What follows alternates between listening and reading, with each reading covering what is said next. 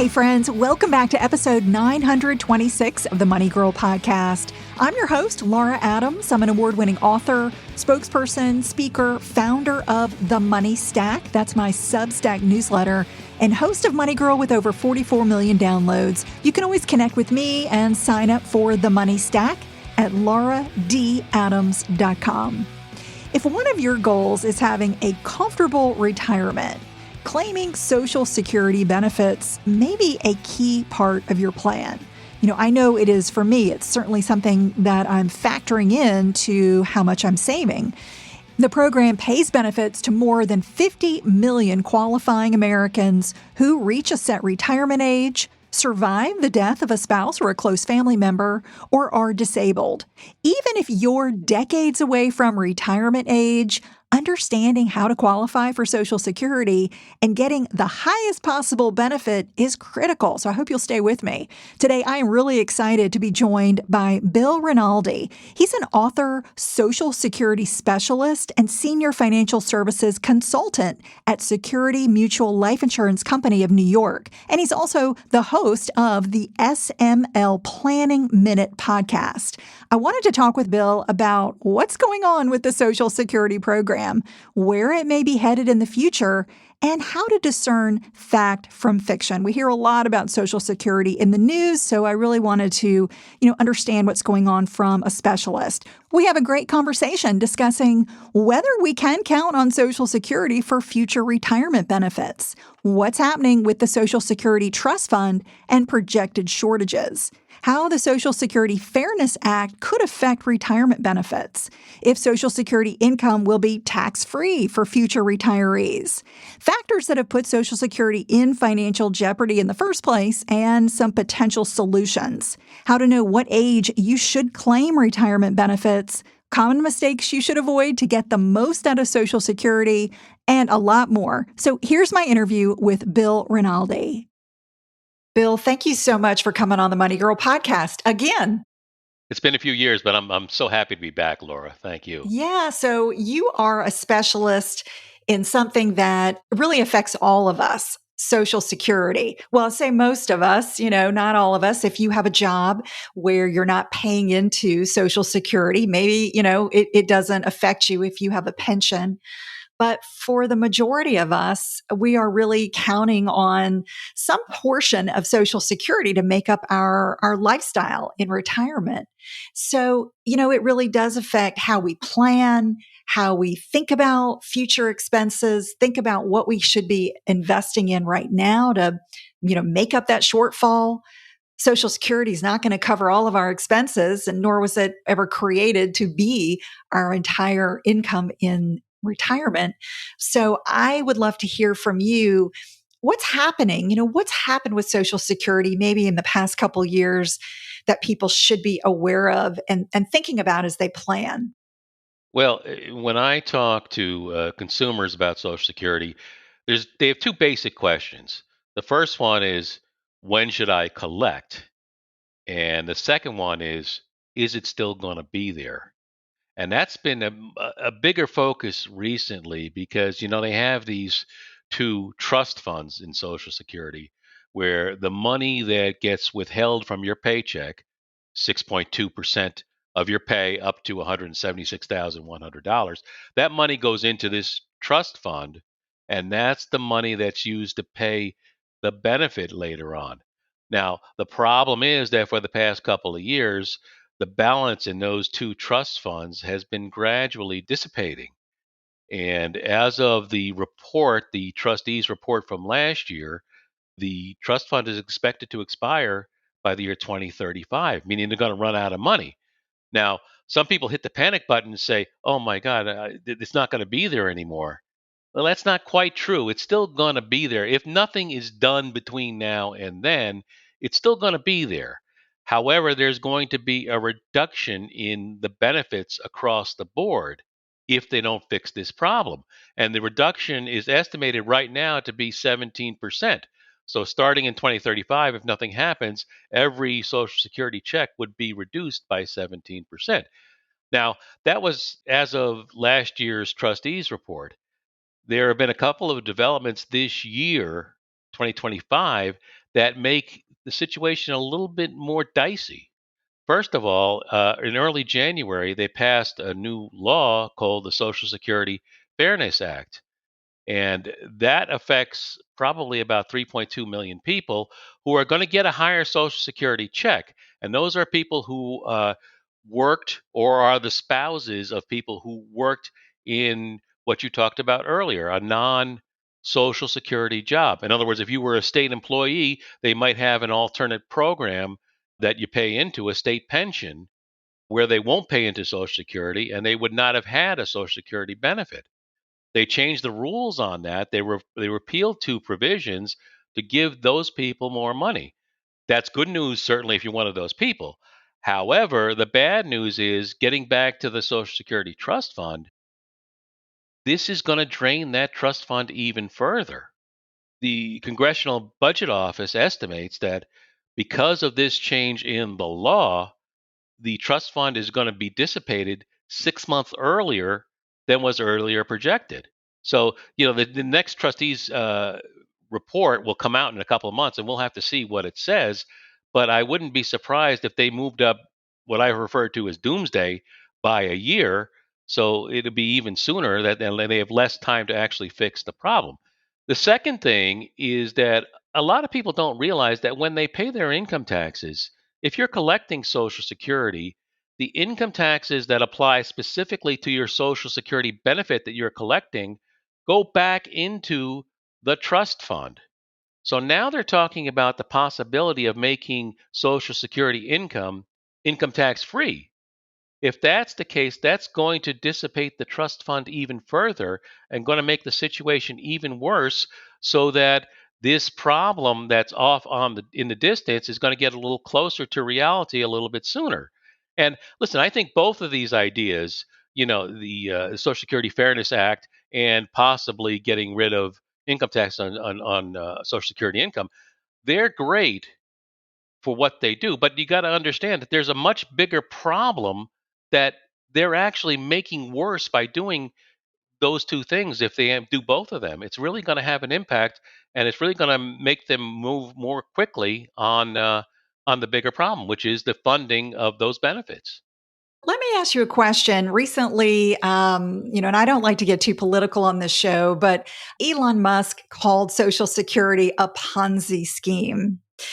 Tell me what you think about that comment. First of all, I don't think it's a Ponzi scheme. Okay, I understand where he's coming from. However, now with a typical Ponzi scheme, for example, like Bernie Madoff, the money that came in, the new money was used to pay the old money, right? And that's what a Ponzi scheme is. But the difference between this and a Ponzi scheme is it was two things. First of all, unlike Bernie Madoff, everybody knows what's going on here. Okay, with a Ponzi scheme, a true Ponzi scheme, nobody finds out until all the money's gone.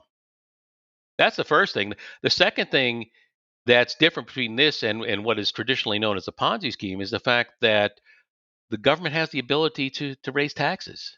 They can solve the problem if they've got the will to do it, and everybody knows about it. So yes and no, it has some aspects of a Ponzi scheme, but no, I don't think Social Security is a Ponzi scheme. Yeah. So what you're saying is that there is accountability for the funds. We know where they're coming from, and they are truly dedicated to paying the retirees or whatever benefits are dedicated there. It's not getting paid to some other department and then having to take money from some unknown place. It is a dedicated fund. And as you mentioned, that's how we know that it could run out at a certain date. So, as scary as that sounds, you mentioned raising some of the perhaps the payroll tax for Social Security. Many people don't realize that there is a cap. You don't pay tax on all of your income if you're a high earner.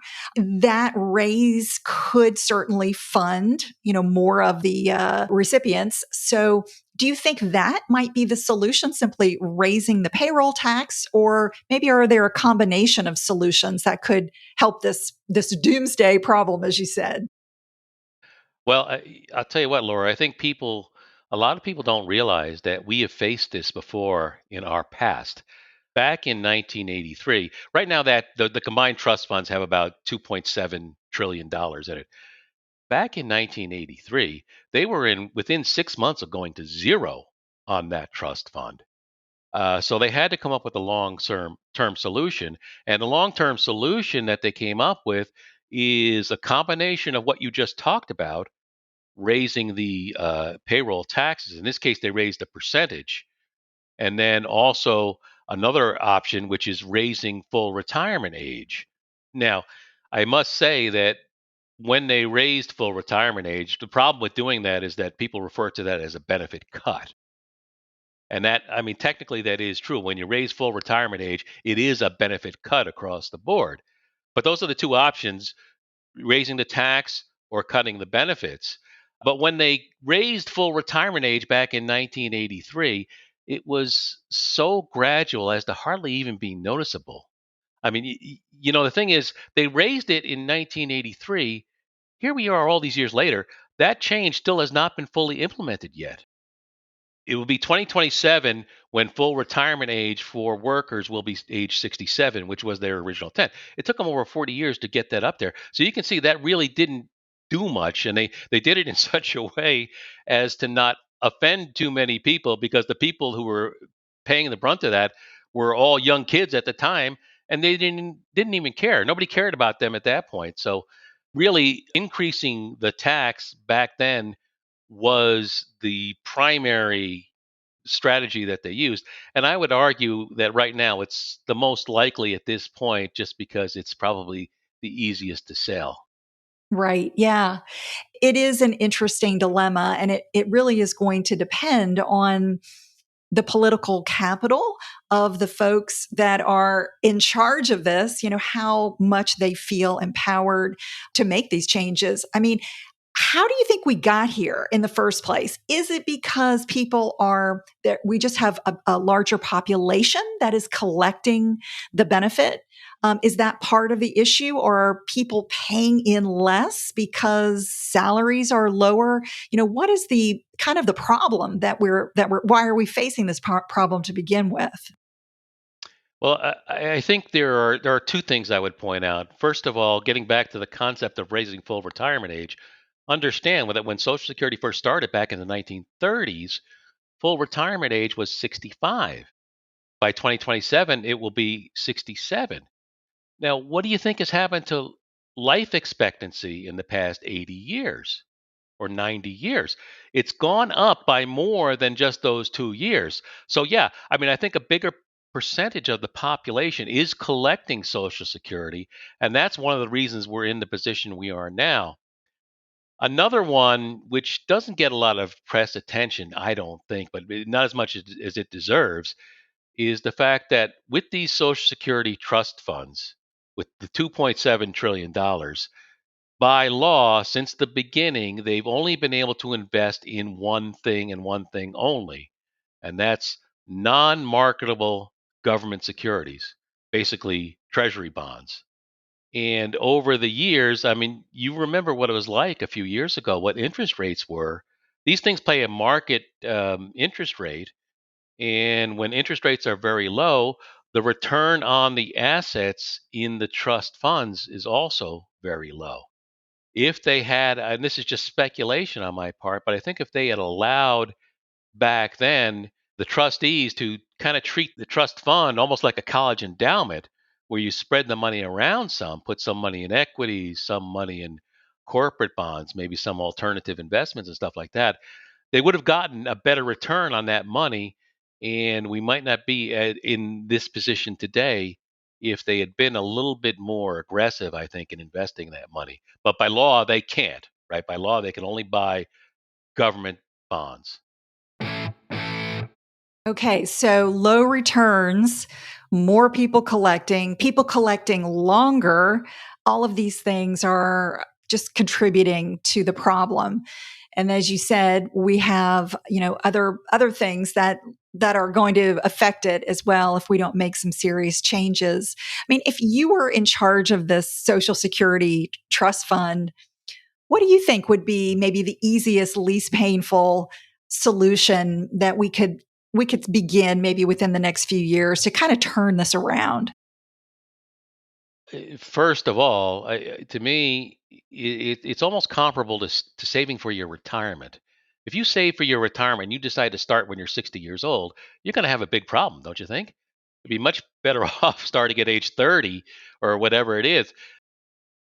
That's what happened last time, and it looks like we're heading towards that same thing where we almost have to get to the precipice to actually work on a real solution to the problem.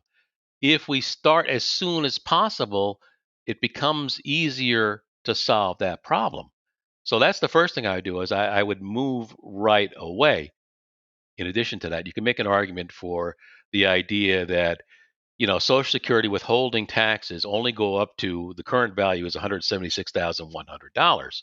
If you make more money than that, as you pointed out, you don't pay any Social Security withholding on that extra money above that amount.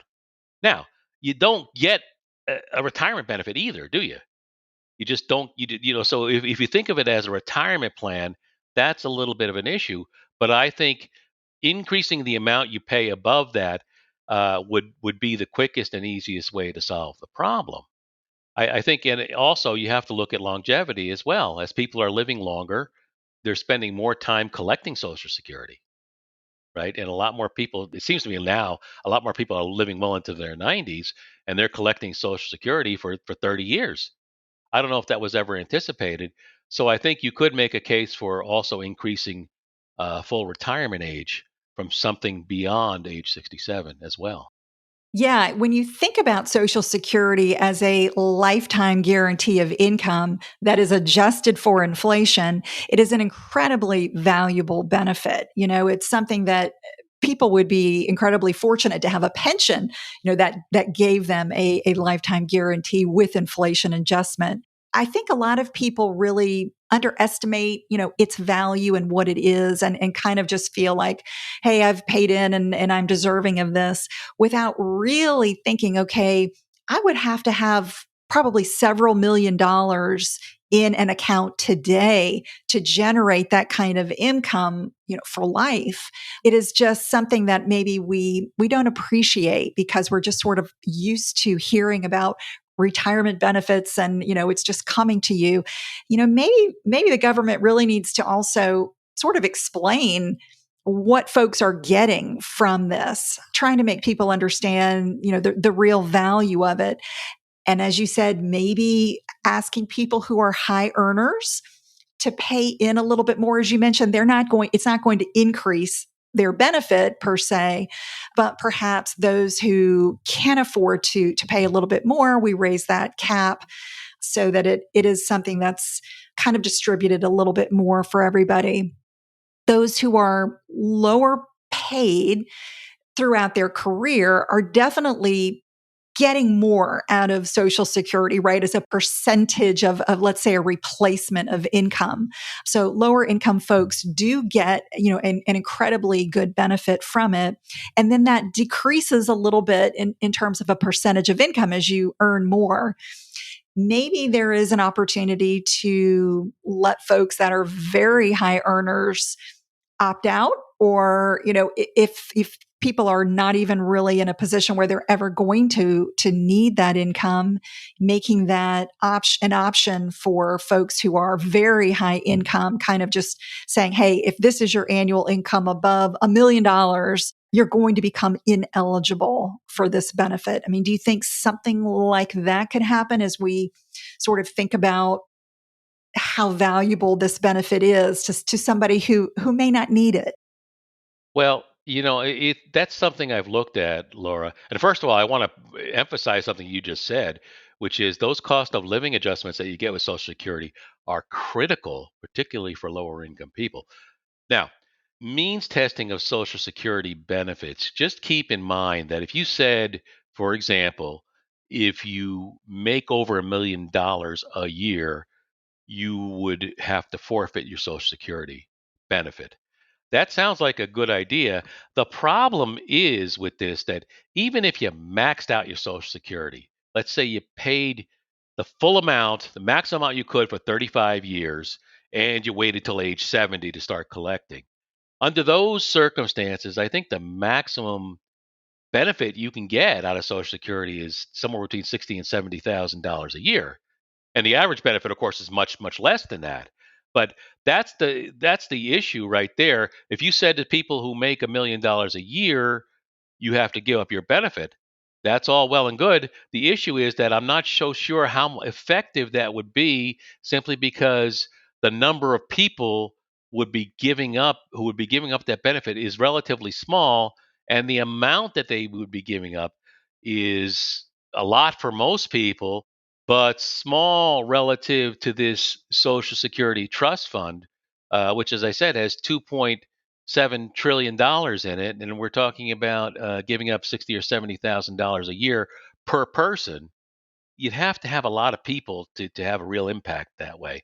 That's one of the reasons I think when people talk about this, they don't talk as much about means testing as they talk about either increasing the tax or decreasing the benefits. Yeah, and I don't know if I'm a big fan of means testing. I just think it is certainly one solution we hear, and could be a part of it. But as you mentioned, it may be a very small percentage of folks that it would apply to. If somebody is very new to Social Security, they're not familiar with the program, can you outline just the basics on how do you qualify for benefits, and how is that benefit calculated when you eventually do qualify to collect and claim it? In order to qualify for your own personal Social Security benefit, you have to work the equivalent of 10 years, 40 quarters basically, to qualify for your own benefit. If you work 9.5 years, your Social Security benefit on a personal level is zero. Now, when you actually do start collecting, you can collect as early as age 62 or as late as age 70. When you do start collecting, they calculate the benefit by looking at your highest 35 years of earnings. So that means if you worked 25 years, then you have 25 years of earnings plus 10 years of zeros factored in. So you're going to get a lower benefit. Now, when they calculate the benefit, they have these thing called bend points, which basically means that, as you mentioned earlier, a person with a lower income is going to get a better deal basically on Social Security. They're going to get more of their income replaced by Social Security than a person with a higher benefit. So you can go on to SSA.gov and get your own statement. And I would encourage everybody to do that just to see what your projected benefit is, even if you're a young person. It's might give you quite an education. Now, Laura, there are two other benefits I think should be mentioned here.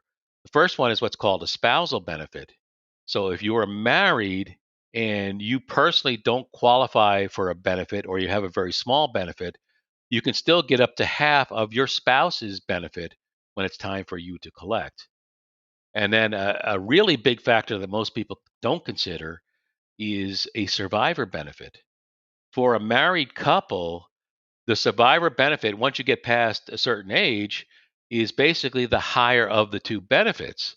So if I'm collecting $2,000 and my wife is collecting $1,000, if something happens to me, she moves up to my benefit, so she starts collecting the $2,000. That's a very important consideration when you're trying to figure out exactly when you want to collect. Because if you have the higher benefit, it might pay for you to wait a little longer than you otherwise would, just so your spouse would get a survivor benefit. But those are the most important things I think people need to know about Social Security. Yeah, and it is confusing. So the spousal benefit is if your spouse is still alive.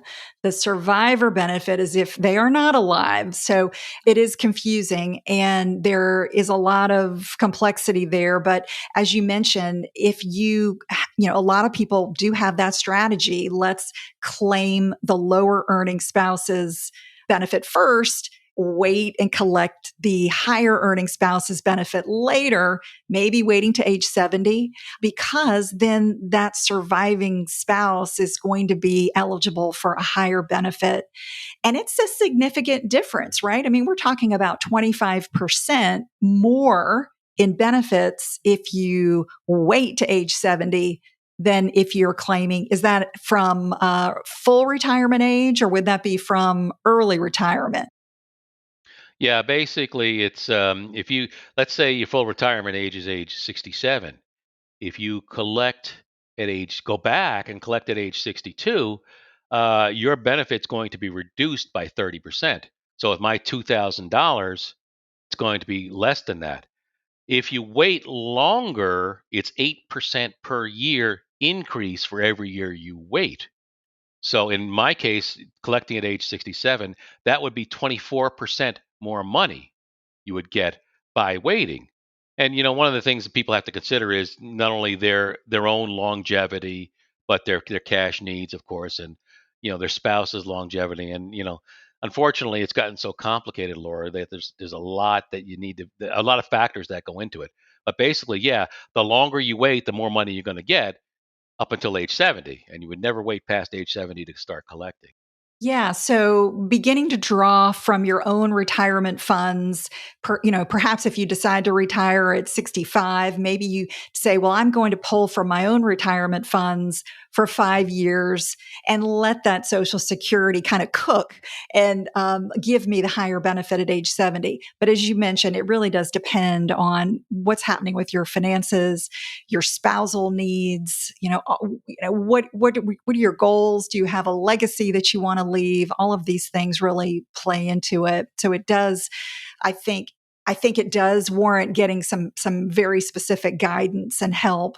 Don't ever just claim Social Security because you think, oh, well, I'm 62. I'm supposed to claim now. It's time. Really think it through and get some help with that decision because reversing that, it is possible, right? But it's not necessarily going to be an easy decision if you decide to change something. And I think the Social Security staff and resources is only getting, more skeletons. So it could be more and more difficult to get answers from experts if you need a complex issue resolved. Yeah, and the one other thing I would just mention very quickly, Laura, is to understand a lot of people, the most popular age to collect Social Security is age 62. So people want to collect as early as possible, possibly because of all this stuff with the trust fund. They think that it's not going to be there. I got to get what I got to get while I can get it. Just understand that if you collect before your full retirement age, they also have this thing called the earnings test, which means it makes it very difficult to keep working at your job and collect early on your Social Security. The threshold this year is $23,400. That means if you make more than that in wages this year, they start reducing your Social Security benefit if you're collecting prior to full retirement age. And it could completely eliminate that Social Security benefit if you make that much money in wages. So that's something to watch out for. And do you get that money back ever? Is there ever a simple answer to any question with Social Security? The answer is technically you do. Let's say you filed at age 62 and you made $100,000 and you didn't tell them, but then they take back all your money, all your collections, and it stays that way for the 5 years until age 67. So you filed at 62, you never got anything because you made too much money all the way along. In that circumstance, what they would do is when you get to full retirement age at age 67, they would start treating you as if you retired at age 67. So they basically give back the months where you had to give up your benefit in that interim time. So the question is, well, is it worth the bother under those circumstances? And I don't know, but that's the way they do it. It's not easy to explain, but it's just the way it is. So. And as you mentioned, if you are low income and you need those benefits to live, absolutely, claim that benefit as early as you can. But if you have other retirement savings that you could live off for several years, I think that's where, the issue kind of comes in. Should I draw from that or should I rely on Social Security? And it's going to be a different answer for everybody's situation. So I appreciate you getting into the weeds here because I think just explaining to folks that it is a complex issue and you might talk to one person and get one answer and talk to another expert and get a completely different answer. So you really want to get some solid guidance, especially as you get close to 62 and you begin thinking about what's my plan here? How am I going to retire? When am I going to retire? And really factor Social Security into it. Yeah, and you really One of the biggest mistakes I think people make is that they try to figure it out themselves. And as you can tell, there's a lot of nuance here. And this is one case where I would strongly urge anybody to seek professional help before you make a decision. Exactly. Bill, anything else, any big maybe misconceptions or myths that people should keep in mind as we are really hearing a lot, in politics right now about Social Security and they may be feeling scared? Anything to just, maybe calm people down or give them a little bit of hope about their future? Well, first of all, I cannot 100% predict what's going to happen, but I would be shocked if we ever saw the day when the Social Security trust funds ran out of money. I just think there's just too much pressure in Washington on people. People would be rioting in the streets if that ever happened. So I just don't see that happening. I could be wrong, but I just don't think it's very likely at all. Now, the other issue with that is if somehow it did, what should you do? And I haven't seen a lot of analysis on this, but one analyst who I respect a great deal, a guy by the name of David Blanchett, did an analysis of what happens if these cuts actually take place. And the question was, as we discussed before, people who think that's going to happen tend to want to collect as early as possible to get theirs while it's available. That's not necessarily the best thing to do, even if the cuts take place. The mathematical analysis is a little bit tricky, but just understand that if you wait to collect your benefit and then it gets cut subsequent to that, you still have a bigger benefit than you would have had otherwise from Social Security, right? It's not like it's going to zero. You'll still have the biggest benefit you could have. And under those circumstances, very often it's the case that whatever you decide to do, the reduction of the benefit is not going to make the choice any different.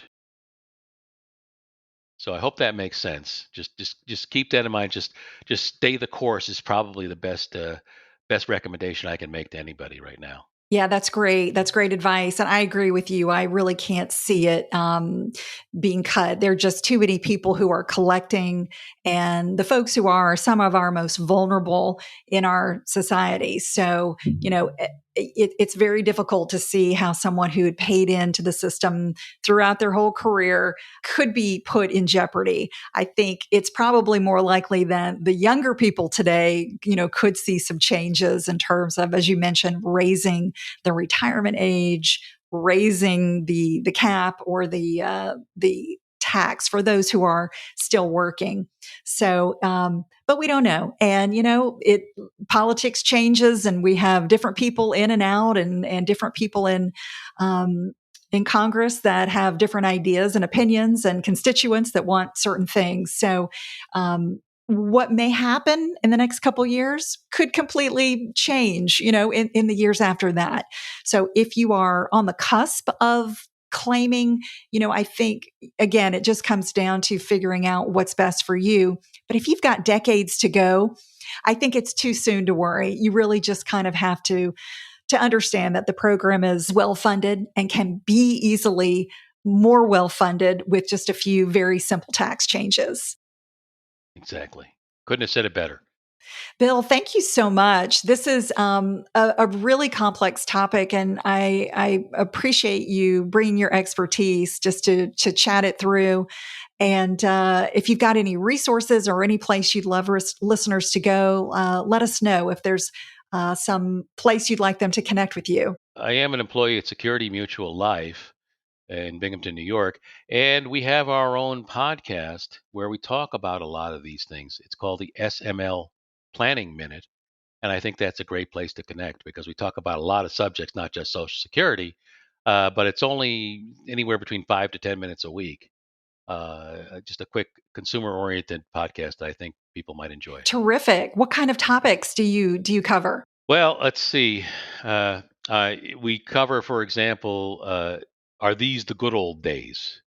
Or I'm doing one right now on lifestyle creep. The idea is that as you make more money, your spending habits get more accelerate with them. and it may become more difficult to save money. We've done things on celebrity estates. We've done things on behavioral economics and a bunch of other topics. We do a few life insurance topics too, because we are a life insurance company. But I think it's pretty good myself. So Tell us the name of the show one more time. it is the SML, Security Mutual Life Planning Minute. It's available on all the regular podcast outlets. A big thanks to Bill for sharing his expertise with us. That's all for now. I'll talk to you soon. Until then, here's to living a richer life. Money Girl is a quick and dirty tips podcast, and we've got a great team that works on the show that I want to thank. Steve Rickyberg audio engineers the podcast. Brandon Gachus is our director of podcast. Holly Hutchins is our digital operations specialist. Morgan Christensen is our advertising operations specialist. And Nathaniel Hoops is our marketing contractor.